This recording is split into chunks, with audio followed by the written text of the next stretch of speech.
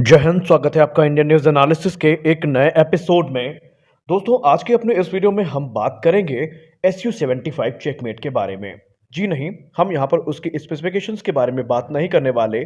ना ही हम आपको ये बताएंगे कि वो भारत को ऑफर किया गया है, बल्कि आज हम कुछ अंदर की बातें करेंगे। हम जानेंगे कि आखिरकार क्यों SU-75 चेकमेट इतने सस्ते दाम में दुनिया के सामने पेश किया गया है। जी हाँ, यूनाइटेड एयरक्राफ्ट कॉरपोरेशन ने उसकी जो इंट्रोड्यूसिंग प्राइस रखी है वो सिर्फ $30 मिलियन की है। तो आज के इस वीडियो में हम कुछ अंदर की बातें करेंगे और हम जानेंगे कि आखिरकार ये इतना सस्ता क्यों है। क्या ये रशिया का कोई स्कैम है या फिर यूनाइटेड एयरक्राफ्ट कॉरपोरेशन इस बार कोई नए आइडिया के साथ आया है। हम आपको ये भी बताएंगे कि आखिरकार कैसे रशिया सस्ते जहाजों को बेचने के बाद असली गेम अपना शुरू करता है। कैसे रशिया के एयरक्राफ्ट को खरीदना तो आसान होता है, लेकिन उनके स्पेयर पार्ट्स और उनकी दूसरी चीज़ों के बारे में जब हम बात करते हैं तो हमारा पॉइंट ऑफ व्यू एकदम बदल जाता है।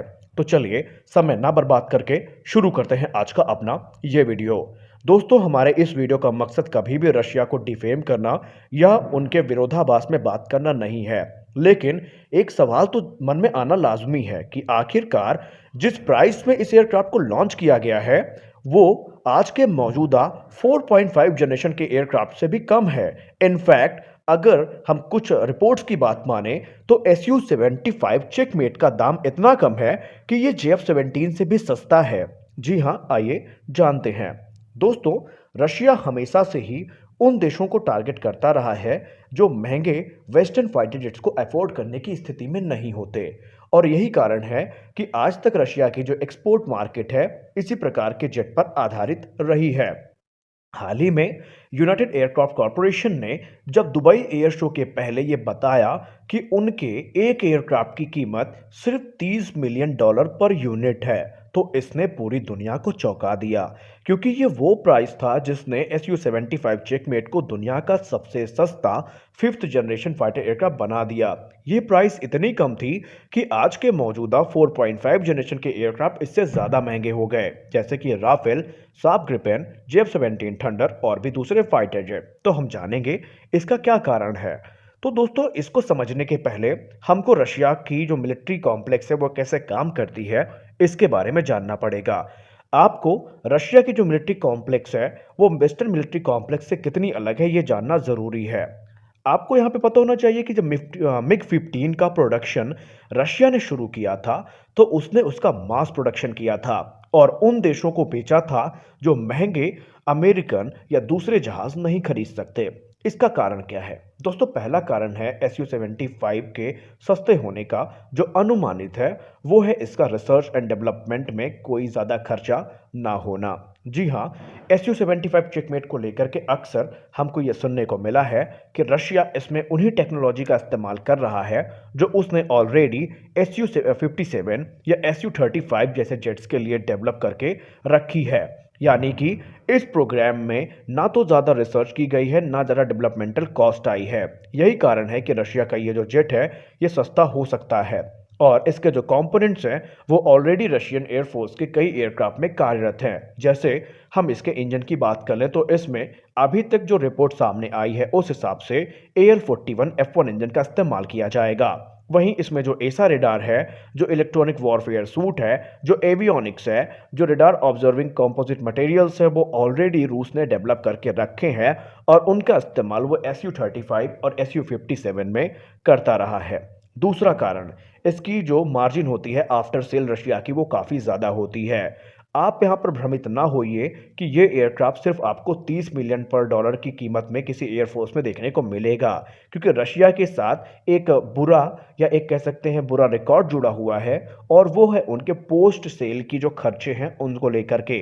दोस्तों, रशिया के जो क्लाइंट हैं वो हमेशा से उनके जो एयरक्राफ्ट है उनके मेंटेनेंस को लेकर के अपना जो गुस्सा है या अपनी जो शिकायत है वो दर्ज कराते रहे हैं, क्योंकि रशिया के जो जेट होते हैं इनमें जो स्पेयर पार्ट इस्तेमाल किए जाते हैं वो वेस्टर्न जेट के मुकाबले कम ड्यूरेबल होते हैं और कम समय तक इस्तेमाल करते हैं। यानी क्वालिटी की बात करें तो क्वालिटी उतनी अच्छी नहीं होती जितनी कि वेस्टर्न फाइटर जेट्स की होती है, और यही कारण है कि एयर फोर्सेस को उनके स्पेयर पार्ट को एक नियमित समय अंतराल में रिप्लेस करना होता है।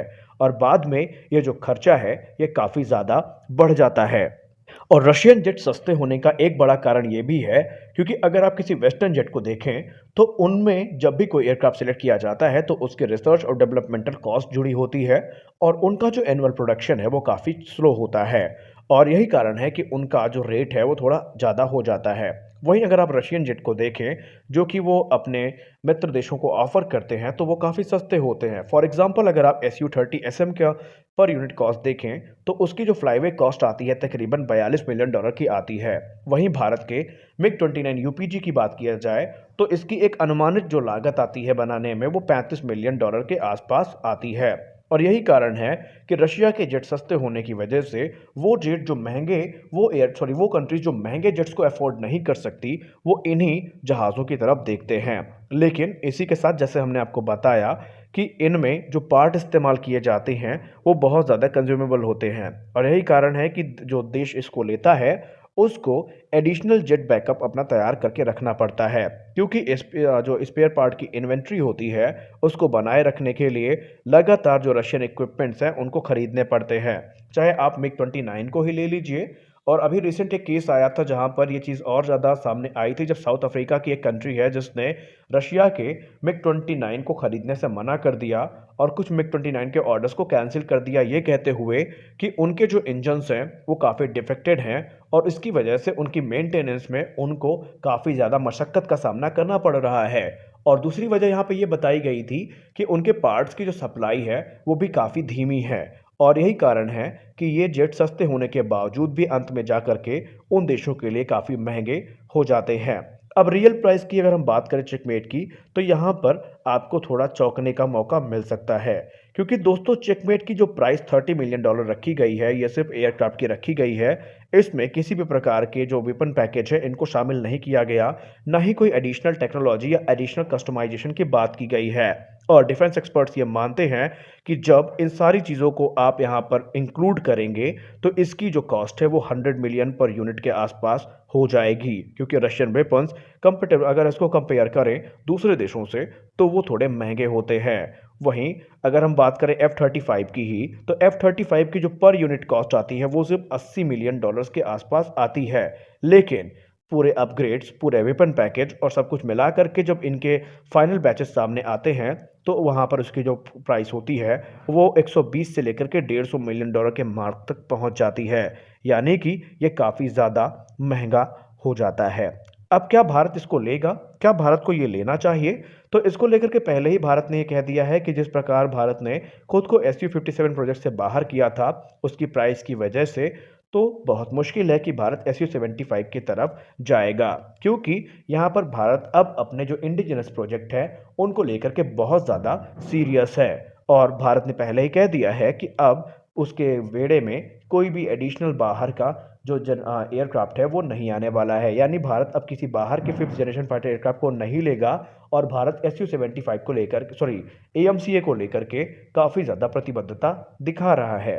तो ये कारण हो सकता है जो SU-75 के लिए एक मुश्किल खड़ी कर सकता है। लेकिन जो कुछ भी हो, रशिया ने एक ऐसा फाइटर एयरक्राफ्ट सामने रखा है जो उन देशों को ज़रूर अपनी तरफ आकर्षित करेगा जो महंगे अमेरिकी जेट्स को अफोर्ड नहीं कर सकते।